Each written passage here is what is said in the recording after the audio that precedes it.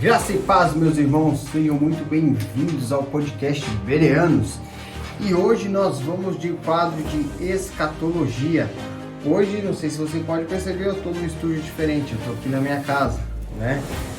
Devido à urgência do assunto, eu decidi gravar daqui mesmo. Eu ainda estou finalizando aqui meu estúdio, mas o áudio talvez possa ficar ruim, porque eu estou gravando diretamente do celular, tá? Mas eu acho que vai dar tudo certo, porque Deus está no controle de tudo. Hoje nós vamos falar sobre o Tratado de Paz. Eu tenho essa urgência porque o assunto está bem fresquinho, tá, irmão? Nós estamos vendo que um Tratado de Paz está ocorrendo entre Israel e o Hamas ali na faixa de Gaza e nós precisamos explanar esse assunto, né? Hoje é dia 13 de outubro de 2025, né? E isso está ocorrendo exatamente neste momento. Provavelmente neste momento os reféns estão sendo entregues. E nós vamos falar sobre o que isso tem a ver e como isso afeta a vida de todos os cristãos. Então, segura o seu cinto, solta a vinheta.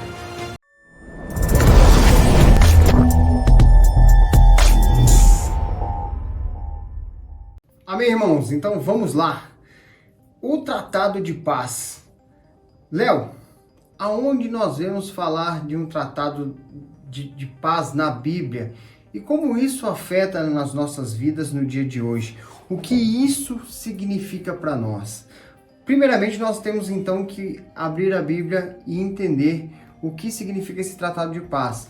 E aonde fala sobre um tratado de paz? Em Daniel 9, no versículo 27. Eu queria já convidar para a gente poder dar uma olhadinha. Eu fiz uns slides aqui, acho que ficou bem bacana, vai dar para a gente ter uma compreensão e uma progressão no assunto, para que a gente possa se inteirar dessa importância e o que isso nos afeta. Legal? Vamos lá então no primeiro slide. Olha lá. Tratado de Paz, Daniel 9:27 diz assim: com muitos ele fará uma aliança que durará uma semana. No meio da semana ele dará fim ao sacrifício e à oferta. E numa ala do templo será colocado o sacrilégio terrível, até que chegue sobre ele o fim lhe que está decretado. Amém, irmãos? Então nós vemos aqui que Daniel, ele está nos alertando, né? Em escatologia, o estudo do fim dos tempos, né, que abrange ali o finalzinho de Daniel, que nós vamos ver em Mateus 24, que nós vamos ver em Tessalonicenses, que nós vamos ver no livro de Apocalipse, né, tudo está totalmente interligado. Em alguns profetas também nós vamos ver alguns indícios, né, falando a respeito do fim dos tempos. E nesse quadro de escatologia nós vamos abordar mais a fundo o que está acontecendo. Daniel nos fala que haverá uma aliança, né? E no meio da semana ele não será quebrado, né? Haverá o fim do sacrifício e da oferta, e numa ala do templo será colocado um sacrilégio terrível. E para isso vamos explanar então ponto a ponto desse versículo, porque tem muita informação em um versículo só de Daniel, o qual a gente precisa prestar atenção. E vamos já passar então para o segundo slide, né? Vamos por parte. E o primeiro ponto que eu quero destacar aqui é: ele firmará uma aliança com muitos por uma semana. Ele é identificado como o príncipe que há de vir, que está dizendo isso no versículo 26, o versículo antes desse que nós estamos explanando. Ou seja, o anticristo. Ele fará uma aliança ou um tratado com muitos, provavelmente Israel e outras nações, com a duração de 7 anos. Amém, queridos? E o que nós estamos vendo que está acontecendo hoje, exatamente hoje, no dia 13/10/2025, né? Lá no Oriente Médio, ali entre Israel e o Hamas, né? Ou ali na faixa de Gaza, há um conflito que perdura durante anos e anos e anos. E hoje nós estamos vendo que está havendo uma trégua, né? Um tratado de paz. E incrivelmente, pasmem, esse tratado de paz tem um período de duração de 7 anos, até que ele seja revogado, né? Então é um período experimental, mas ele tem um tempo de 7 anos. Incrivelmente coincide com essa profecia que está aqui em Daniel, né? Que o anticristo ele fará um tratado né? Então nós vemos que Donald Trump, representando os Estados Unidos, ele está ali intermediando esse tratado de paz, né? Onde esse tratado agloba 7 anos de paz entre Israel e o Hamas, ou a faixa de Gaza. E ele já está em andamento, né? Hoje com a libertação dos reféns, mas hoje ainda, no dia 13, vai haver uma reunião entre muitos líderes mundiais, onde vai ser discutido como vai prosseguir esse tratado de paz. Então a gente já vê que isso aqui já começa a conectar com essa primeira parte de Daniel 27, né? Que ele fará uma aliança, um tratado com muitos, provavelmente Israel e outras nações, com duração de 7 anos, que é exatamente o que está acontecendo. Amém? O segundo ponto que eu quero destacar, irmãos, na metade da semana fará cessar o sacrifício e a oferta. No meio desse período, após 3 anos e meio, o anticristo profana o templo e interrompe os sacrifícios judaicos.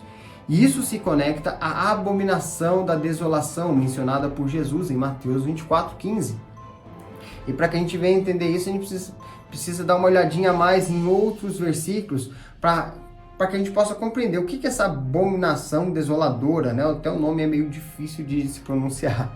Mas quando a gente vê em Daniel dizendo isso, né, em Daniel 9:27, né, no próximo slide está dizendo assim que e numa ala do templo será colocado o sacrilégio terrível, Mateus 24:15, assim quando vocês virem o sacrilégio terrível do qual falou o profeta Daniel no lugar santo, quem lê entenda, né, aqui Jesus está em Mateus 24, ele está falando, assim quando vocês verem isso acontecer, né, o anticristo entrando ali no templo e oferecendo sacrilégio terrível, fujam para os montes, né? O versículo 16 vai falar assim, fujam para os montes, né? Aquele que está no telhado não desça para pegar suas coisas, mas ele fuja, porque a partir deste momento acontecerá uma grande perseguição aos cristãos. E aí você vai me perguntar, Léo, mas o que é isso, né? Como que a gente entende o que é esse sacrilégio terrível? Como vai acontecer? Como que ele vai ocorrer? Para isso a gente precisa olhar lá para 2 Tessalonicenses, no capítulo 2, no versículo 4, que diz assim, este se opõe e se exalta acima de tudo que se chama Deus, ou é objeto de adoração, chegando até a sentar-se no santuário de Deus, proclamando que Ele mesmo é Deus. Vocês entenderam a gravidade? O anticristo ele vai entrar nesse templo, ele vai sentar no trono e vai se proclamar, eu sou o Deus, eu sou o Cristo. Ou seja, ele vai se revelar, ele vai mostrar, eu sou o anticristo, para aqueles que entendem, mas para outros eles vão adorar ele. Mas como não é o nosso caso, que estamos atentos às escrituras, e Deus tem nos revelado ao nosso coração, nós vamos saber, agora é a hora de fugir. Né? A palavra fala no Mateus 24:16, fujam para os montes, né? Aquele que está no telhado não desça para pegar suas coisas, ele apenas fuja, porque a perseguição vai ser grande. Amém, queridos? E então, próximo slide. O terceiro ponto é, sobre a asa das abominações virá o assolador. Indica que o anticristo estabelecerá algo idólatra, possivelmente sua própria imagem no templo de Jerusalém, exigindo adoração. E é o mesmo ato descrito em Apocalipse 13, quando a imagem da besta é imposta. Né? Então, quando a gente olha lá em Apocalipse 13, diz que vai ser feito uma imagem da besta, que ela vai até ganhar um sopro de vida, ela vai poder viver, vai ser feita uma réplica dela e ela vai se comunicar, provavelmente aí uma inteligência artificial, né, colocada num robô com uma réplica perfeita ou, né, algo similar ao anticristo, e a partir disso ela vai ser imposta uma adoração a ela. Isso também faz parte do sacrilégio terrível, né? Além do anticristo se assentar no trono e se proclamar Deus, ele vai colocar uma estátua dele ali mesmo que vai precisar ser adorada. Aqueles que se rejeitarem a isso, assim como lá em Daniel nos relata, quando Nabucodonosor fez a sua estátua de ouro, né? E fez com que todos se prostrassem, aqueles que não se prostrassem a ser lançado numa fornalha ardente, que aconteceu com Sadraque, Mesaque e Abednego, né? Isso já é uma tipologia mostrando algo que irá acontecer no fim dos tempos, né? Provavelmente nos tempos que nós estamos vivendo, né? A gente vê que 3 foram jogados ali dentro, mas saíram com vida, né? Isso aponta para a Trindade e mostra que é o povo de Deus que não vai se prostrar e também não vai perecer. Amém, meus queridos? E o mesmo ato é descrito lá em Apocalipse 13, né? Quando a gente olha lá e vê quando a marca da besta é imposta, é isso daí que vai acontecer, isso que deve acontecer. Aqueles que rejeitarem, eles vão ser mortos, vão ser os mártires, né? O Apocalipse também nos relata que o povo de Deus que foi martirizado está perguntando para Deus, eles indagam: Senhor, até quando o Senhor não vai se vingar deles? Até quando você não vai se vingar? E aí o Senhor fala assim: até que o número seja completo, né? Há mais irmãos que necessitam morrer martirizados, assim como vocês morreram. Então Deus tem um número ali de mártires que vão cumprir algum propósito ali. Amém? Passamos para o próximo. Então o que a gente vê? Que muitos intérpretes futuristas entendem que essa aliança com o mundo será um tratado de paz mundial que envolverá Israel e as nações promovidos pelo anticristo no início da tribulação. Então, queridos, o que eu quero ressaltar é que eu vou disponibilizar alguns links aqui embaixo na descrição para que tudo que eu falar aqui não fique só das minhas palavras, mas a Bíblia e os acontecimentos que estão no momento, na atualidade, né? Você vai ver que tudo isso que eu estou falando se conecta com a Bíblia. Tudo isso que está acontecendo está sendo noticiado, está aí para todos nós vermos, né? Essa aliança com muitos está acontecendo exatamente neste momento, hoje no dia 13, né? Eu vou disponibilizar aqui um link onde fala que é um link do UOL, tá? O Egito vai reunir Trump e líderes globais para discutir o plano de paz em Gaza, né? E se você for ler um pouco mais para baixo, está falando que o que aconteceu? Líderes de mais de 20 países são aguardados para discutir o futuro de Gaza no Egito. A presidência egípcia confirmou hoje que a cúpula deve acontecer na segunda-feira, dia 13, exatamente hoje, tá? E aí quando a gente olha mais para baixo aí para identificar quais são esses países que estão envolvidos, nós vamos ver lá que tem uns pontos aqui. Eu acho que eu já passei.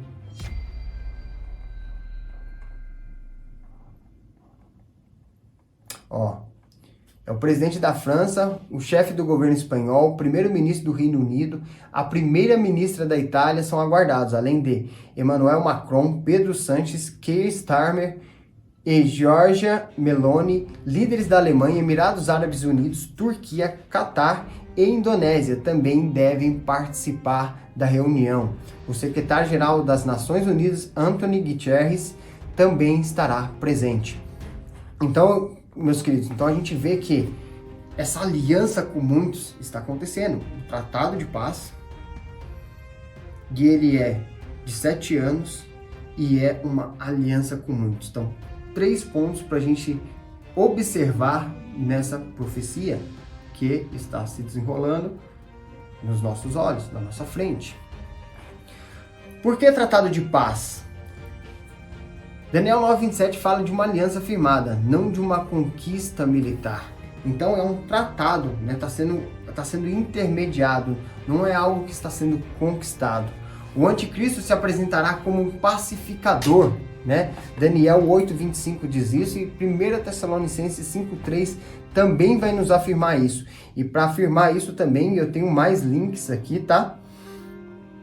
Aí já é de um vídeo da Infomoney, onde Trump diz que resolveu 8 guerras e mira o Nobel da Paz. Eu não sei se você viu a reunião das Nações Unidas que houve há pouco tempo agora nos Estados Unidos, né, onde até o nosso presidente Lula abriu ali essa reunião e logo depois o Trump discursou, aonde ele entrou já com o pé na porta, já falando, vocês não estão servindo para nada.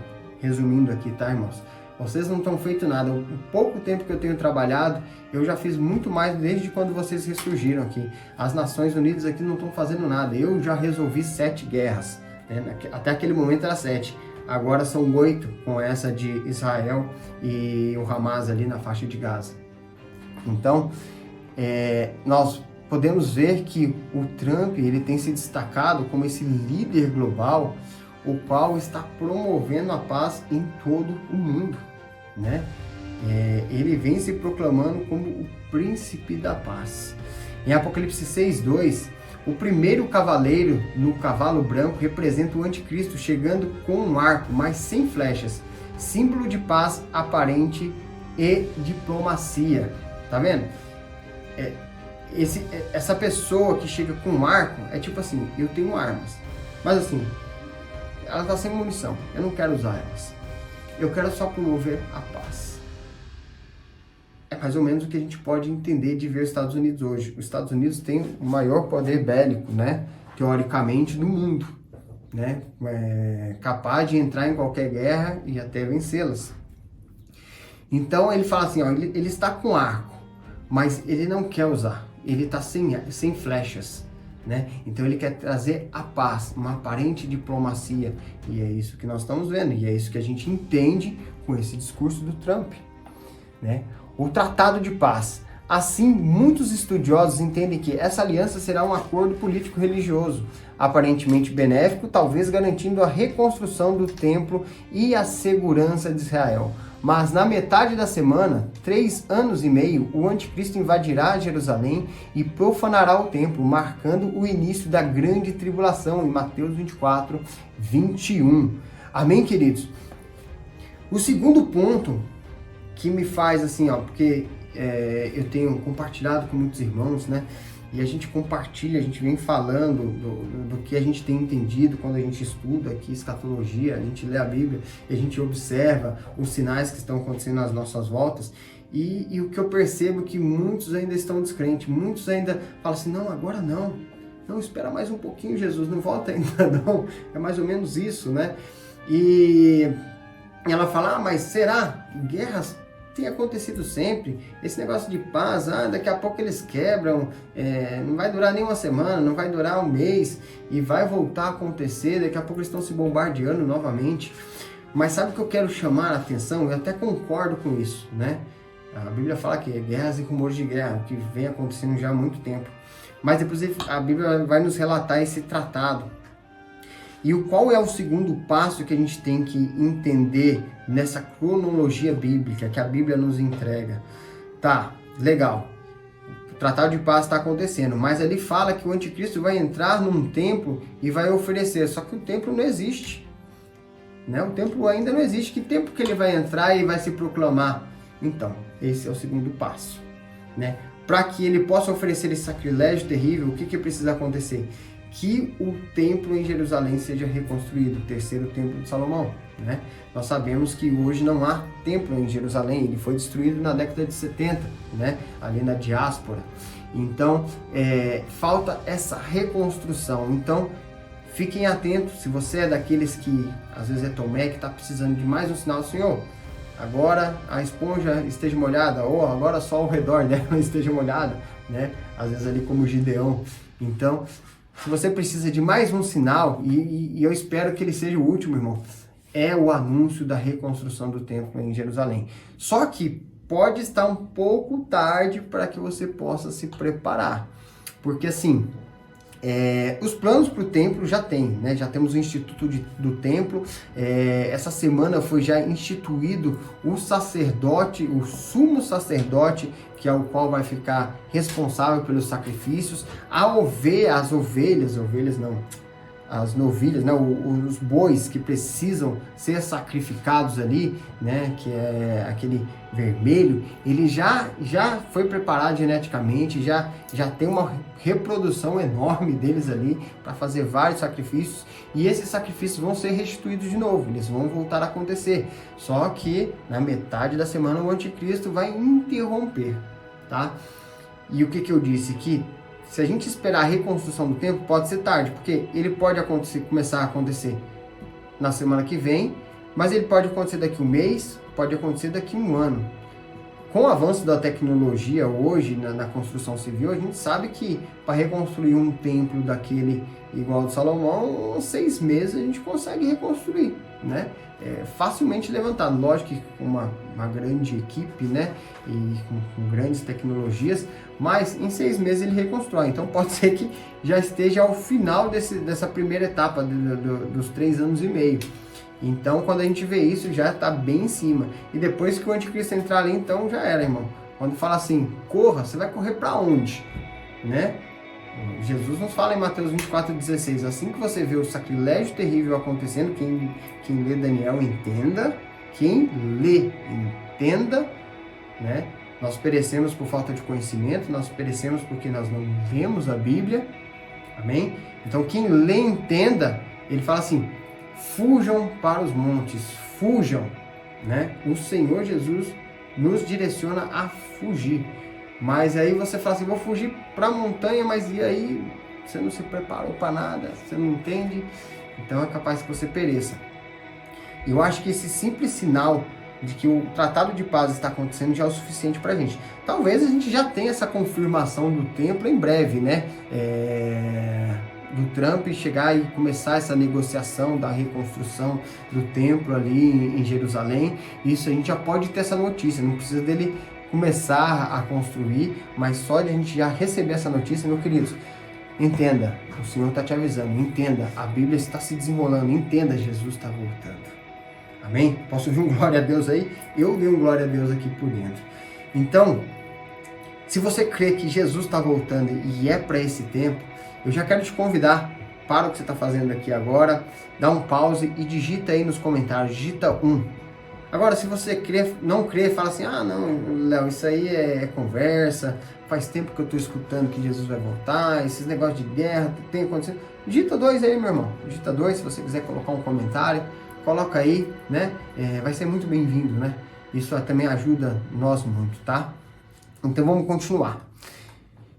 E o resumo, então, eu trouxe aqui nesse último slide, o resumo dessa última semana de Daniel, que é o que nós estamos falando, né? O Tratado de Paz, ele sela o início dessa última semana de Daniel. Ele inicia, né? Ele quebra esse selo e ele traz esse início dessa última semana, né? Então a gente vê pela tabela aqui que no início da semana, o anticristo firma essa aliança, esse tratado de paz, que a gente acabou de ler em Daniel 9, 27 na parte A. E no meio da semana, nos 3 anos e meio, ele cessa os sacrifícios e traz a abominação da desolação ali no templo, né? Daniel 9, 27b e Mateus 24. E no fim da semana, nos 7 anos, é o julgamento e destruição do anticristo, Apocalipse 19, do 19 ao 20, e o retorno de Cristo. Então, essa é a cronologia da última semana. E se eu puder colocar mais um item aí no início da semana para o meio da semana, a gente pode acrescentar ali no meio a reconstrução do templo, tá? Então a gente coloca ali a reconstrução do templo, é mais um item porque a gente observa ali até chegar no meio da semana.